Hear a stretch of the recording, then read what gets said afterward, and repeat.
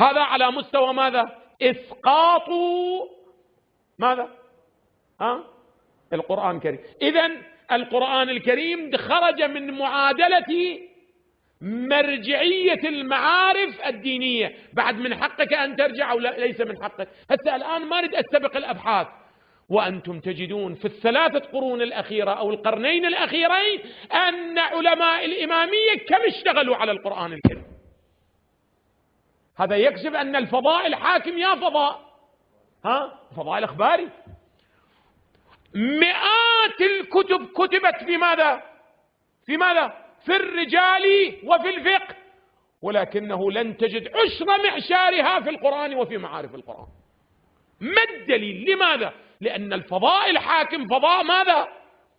نعم الأصوليين لسانا لفظا يقولون القرآن، ولكنهم عملا أدخلوا القرآن في منظومة استنباط المعارف أم لم يدخلوه؟ لم يدخلوه بدليل تراثهم. انظر إلى تراثهم،